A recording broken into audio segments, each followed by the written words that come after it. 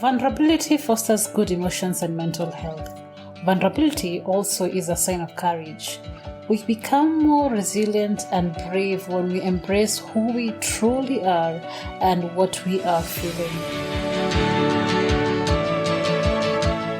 The Vulnerable Scientist podcast is a space for scientists who are honest and authentic or are working towards it.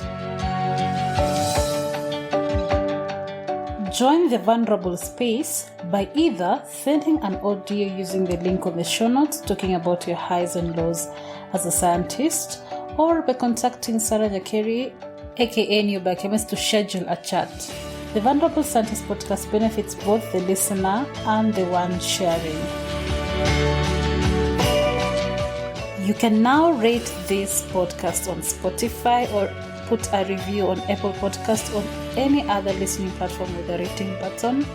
And to share your thoughts, feel free to send an audio message using the audio link, either using your name or anonymously, to be published on the following episodes of the Vulnerable Scientist podcasts.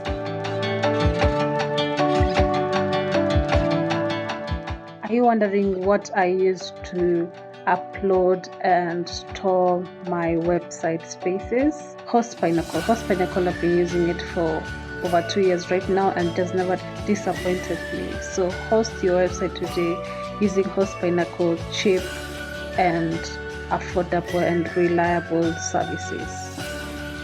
To start experiencing Host Pinnacle goodness, click on the link on the show notes and you will not regret your decision.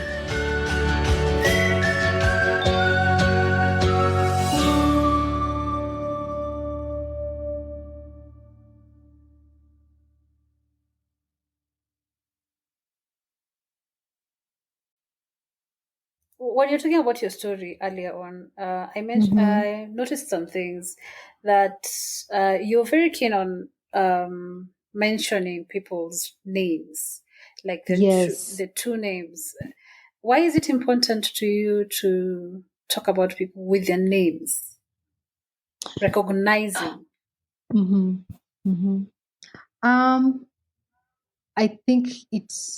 Okay, let me just start by saying no man is an island. No man is an island. And in Africa, we have this saying that says, if you want to go high, or if you want to go, you go by yourself. But if you want to go farther, right, you go with the people around you. And for me, I have to say, this is literally something that has happened in my life. I am where I am today because of the people who have held my hand. Yeah, like when you stand on the shoulders of giant, then at the end of the day, you'll also become a giant, right? I have been able to walk along my path or my journey to where I am today because of the people I've met along the way, because of the people who have been willing to support me and mentor me and guide me in the right direction to where I am today. I absolutely, I am where I am today because of the people who have been there for me, who have been mentors, who have been supporters, who have been encouragers, So it's very important that I mention them by name because they are people who have been very instrumental to where I am today. And when we talk about the highs and lows, there are so many other more people that I want to mention, right? Who have been key and who have been instrumental to get me to where I am. Yeah. Thanks for sharing that. Okay, so we were there where you're talking about this conversation over coffee that made you get a job, and I think it's important that you also mentioned the need for networking and getting positions not necessarily out of an official means, but in terms of like the people you talk to, the people you connect with, they help you, like exposing yourself to such people. Because I can see it from, you volunteering and you being exposed to these people who are working on this species, and you being interested into going into plant breeding because you've interacted with such people and done work in such an environment. And I find that fascinating. So let's take us from there. Absolutely. Um, Mm, you're very, very correct when you say, I think in this field where we work in science, networking is mm, key. Networking is mm, key, I would say, in any career, because mm, through that, through, I mean, in a coffee break, talking to Trusha, I was able to get a position to work as a bioinformatics consultant there, and mhm, it's interesting. I was even surprised myself when he said, yes, it's okay, come and start working on the 15th of May. I'm like, wow, I can't believe I actually just got a job through coffee. That was mm, it really stuck. It stuck with me, and it really struck with me. And Tusha was one of my very, very good bosses, because he allowed me mm, to work a few days in the office and a few days at home. You know, I mm, worked 3 days mm, in the office at IITA, and I worked 2 days here in Nakuru, but still working at Kalronjoro with some of the scientists that I was working with there. So I was still able to mhm, keep my connections with Calro, and I was still able to work very comfortably with Trusha. So eventually, of course, mm, I got to be more involved in the breeding informatics with Trusha and working on a lot more bioinformatic projects. And luckily, the position for bioinformatics research officer at Becker became open sometime in June or July of 2019. And the head of bioinformatics at Becker Ilri is Jean Baccar, Dr. Jean Baccar, who was also one of the project investigators or the PIs for the fellowship that I was on um, at Becker for the bioinformatics. So I was quick to apply for that position when it was announced, of course, mm, because you see, I was working as a consultant at IITA, and at Becker, this was a more permanent position. Of mhm, course, career-wise, it's a step in the right direction, and yeah. I was very happy, of course, because I had also gotten some experience working as a bioinformatician with Trusha, and he had Mm, exposed me to yeah. so much. He had allowed me to travel and learn and work with so many people. So at least I knew I had a background. I'm not going into Mm, this very raw, not having worked. So I knew agree. at least I had a chance. Mm, So I did. I applied, and I was shortlisted among the people who were called up for the interviews. And boy, you have never seen me so excited. Oh my God, I was so happy. I couldn't believe it. I didn't even think mm, I would be called. I was so mm, excited. I was so happy. The written interview was tough. That one was tough. We mhm, were like, I think 9 or 10 candidates for the written interview, and it was not an mhm, easy one. Oh my God. That one, I went into it. I did my best. I gave it my all, and I told God, "Oh my God, you've seen my work, my hard work, and my sweat. Please, I hope I did my best, and I'm really hoping that I'll be called up for the oral interview because it was a two-step process. You go for the written interview. mm, If you pass that, only mm, 5 people would go to the oral interviews. mhm, So yeah, fingers crossed. I passed the written interview and was among the few who are called back for the oral interview mm, a day later, and I was also able to do very well in that, and they offered me the position, and I was super excited. I'm like, oh my God, I can't believe. It was interesting to just reflect on my journey coming from a molecular biology background, a plant breeding background, and now working in bioinformatics in data analysis. That was amazing. So yeah, so that's how I got to work as a bioinformatician. I started mm. working at Becker Ilri in March of 2020, and I am still working as a bioinformatician currently at the same institution. Long story, What wow. are the Yeah, what are the laws that you've experienced throughout this journey that I Mhm. quite find interesting? Um, my laws. Okay. I think yes, there were laws. First of all, let me just say there were laws, but there were also opportunities for me Mm, to learn. So there were laws mhm, at the time when they happened, but they were mm, also a stepping stone to something bigger. So let's see. So when I was in my last year of campus, I got pregnant with my Mm-hmm. firstborn child. He's 13. He's going to be 13 at the end of this year, this month. Sorry. So I got pregnant quite young.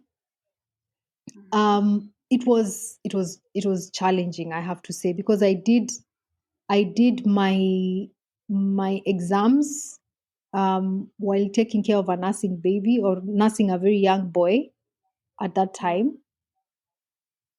It was not easy, to be honest, because I was juggling. You have to take care of this baby, because I went back to school with him in campus in my fourth year, my last term. I went back to school with him. So I was always rushing back from class, going to nurse the baby, going to wash the baby. I'm a very paranoid mother. I always want to do everything for myself.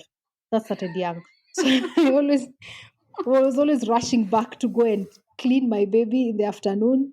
Anytime I had like an hour, I would go nurse my baby and wash him and make sure he's okay before I go back to class. And then in the evening, I would be the one to give him, like the massage you give him before he sleeps. And then you're here trying to juggle with. I remember one day I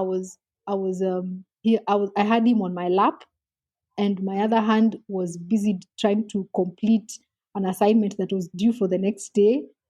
God, that was tough. That was tough, but I think it really toughened me up. After I survived that, I'm like, I can do anything. If I can do this, I can do anything. And it also gave me quite a bit of grit to be able to move forward and be so aggressive in getting what I want.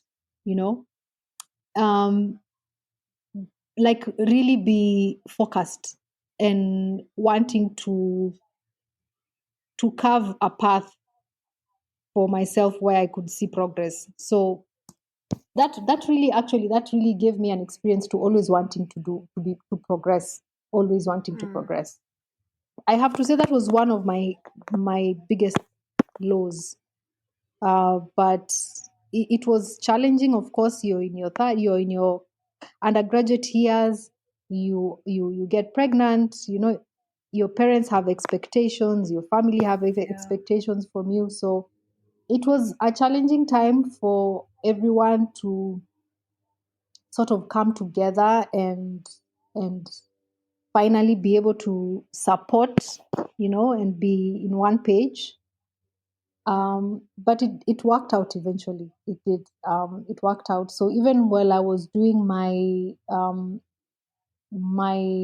volunteering work, I still had my baby, and I'm very, very lucky for my parents. But it caused me to to focus. I have to say, to focus and to want to provide. Of course, you have a child, so you cannot depend on your parents. You have to get up on your feet and start providing. Both me and my husband were quite young at the time, so we were all very working very hard to ensure that we are able to provide at the time. So yeah, that was Actually, a low. when you said that, I was just thinking about that volunteership. That's what came to my mind. Yeah. Yes. Yeah. So even as I was volunteering, I still had a baby. Mm, that's amazing. Yeah.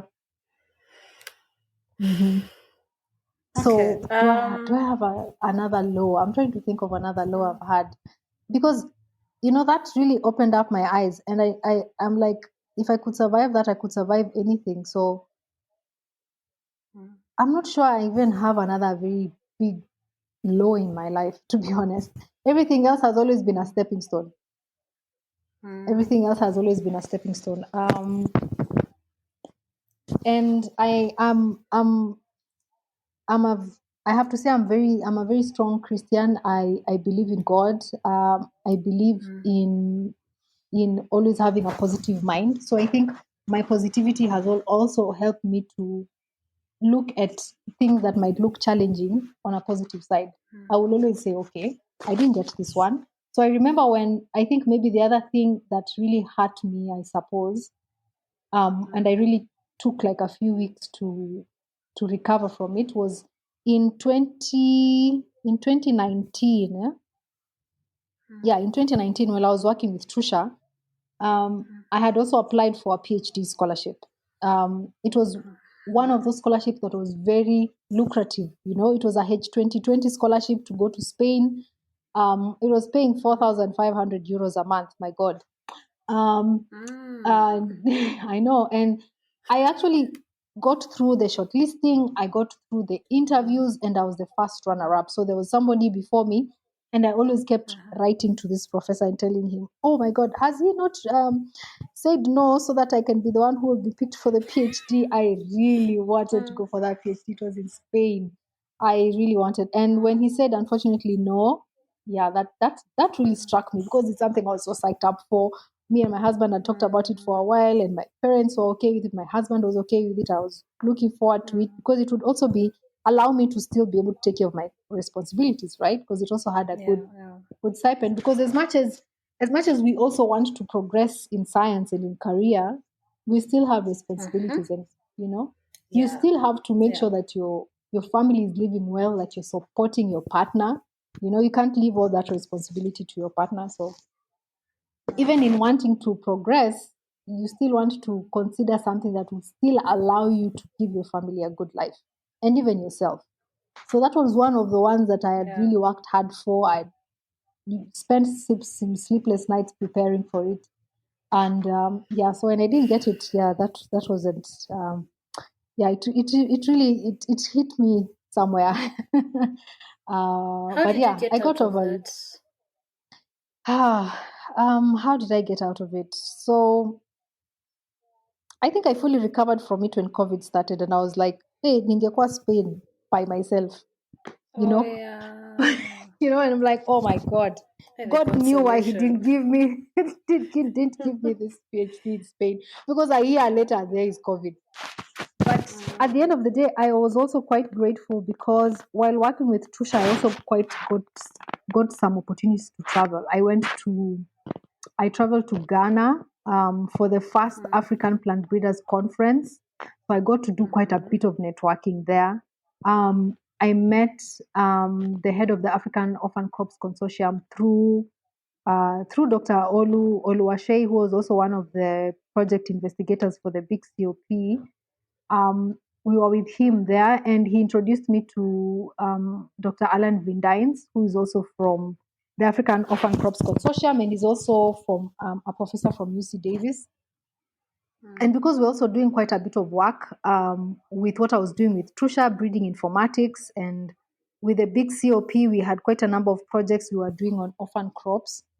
It gave me a platform to connect with others. And then I also got the opportunity to travel to Ghana again, but now for a bioinformatics workshop. So I was, it the events that were taking place even as I was working gave me a positive attitude. They kept me busy, so I didn't have time to slack around. And two, they're also quite exciting. I was getting to meet new people. I was getting to network with people who are in my field in bioinformatics, but also combining bioinformatics and the breeding work that I've done. So it really helped me to look at it positively and see, if yeah, fine, it didn't work this time, but I will keep pushing. And I have to say, someone like Dr. Oluwase Shorinola has also been very, very instrumental because he's always been a mentor to me. I met him during the bioinformatics COP, but I've had the opportunity to continue interacting with him, and he's been a great encourager and mentor of mine. So that was really great. And yes, I guess that's how I got over it. And once I got the job at Becca, I'm like, wow, if I'd gone to Spain, I would also not have gotten this job at Becca. So yeah, somehow it worked out for the best. I think it takes time. You don't just get out of it completely, It takes time, Yeah. and it's okay to give yourself time. Thank you for listening. You can now support this production through www.patreon.com/thevulnerable scientist.